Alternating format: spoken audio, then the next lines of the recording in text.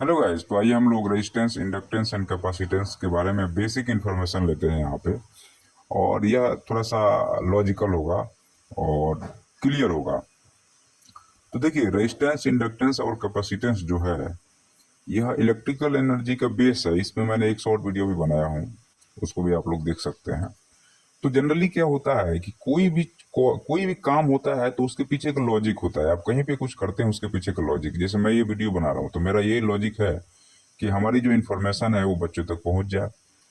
तो यहाँ पे जो रेजिस्टेंस होता है, रेजिस्टेंस की प्रॉपर्टी ये होती है कि किसी भी मटेरियल में अगर करंट का फ्लो हो रहा है, मतलब इलेक्ट्रॉन का फ्लो हो रहा है, उसको रोकना, उसको कम करना, उसको स्लो करना, उसको धीरा करना।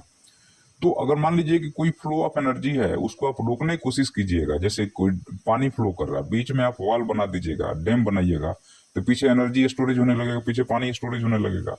तो वैसे ही है कि अगर करंट का फ्लो हो रहा है और आपने उसको रोकने की कोशिश करी तो हीट के रूप में बाहर निकलना शुरू हो जाता है। तो इलेक्ट्रिकल इक्विपमेंट जहां से करंट फ्लो होता है वो हीटिंग होने लगती है उसमें।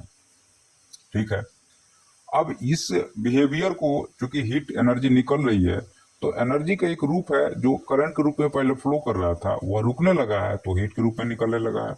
और इसी का कंसेप्ट का यूज जो है सो बल्ब बनाने में किया गया। दूसरा है इंडक्टेंस। अब इंडक्टेंस क्या होता है? सबसे बड़ी चीज तो यही है कि इंडक्टेंस क्या होता है। तो इंडक्टेंस जो होता है वो राउंड राउंड होता है। अच्छा, एसी करंट जो है सो साइनसोइडल वेव में होता है। तो साइनसोइडल वेव जब राउंड में जाता है तो उसका जो टर्न होता है, तो साइनसोइडल वेव को फ्लो होने से रोकता है। तो जब वो रोकेगा, उस टर्न, जितना टर्न होगा उतना वो कम होगा। जब चेंज होने को जब रुकेगा, मतलब एसी करंट जैसे आपको प्लेन में सिंगल वायर में फ्लो हो रहा है तो बढ़िया चल रहा है, फ्लो में चल रहा है और साइनसोइडल वेव है। लेकिन अब खुद ही साइनसोइडल वेव एक और साइनसोइडल वेव में घुस जाएगा तो अपोज होने लगेगा। तो अपोज होने लगेगा मतलब किसी चीज की रुकावट हो गई, तो उसका नेचर, एनर्जी का नेचर जो होगा वो बदल जाएगा और वो फ्लक्स के रूप में बाहर निकलना शुरू हो जाएगा। और जब फ्लक्स के रूप में निकलेगा तो फ्लक्स को भी एयर गैप रोकता है।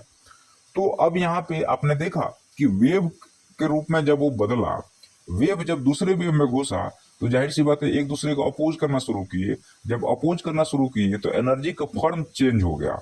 ये बहुत ज्यादा इंपॉर्टेंट है। जैसे आपने किसी भी चीज को रोकने की कोशिश करोगे तो दूसरे साइड से निकलना शुरू हो जाएगा। जैसे कोई मेडिटेशन करता है तो उसकी ऊर्जा स्टोर होकर के और उसकी वेव के रूप में निकलनी शुरू हो जाती है। सेम चीज यहाँ पे भी होता है कि आपकी जो है करंट की ऊर्जा जो थी, जो साइनसोइडल वेव थी, दूसरे साइनसोइडल वेव में जब घुसा तो उसकी फॉर्म चेंज हो जाएगा और वह वेव के रूप में निकलना शुरू हो जाएगा। अब नेक्स्ट पे आते हैं जो कैपेसिटेंस होता है। कैपेसिटेंस का क्या काम होता है?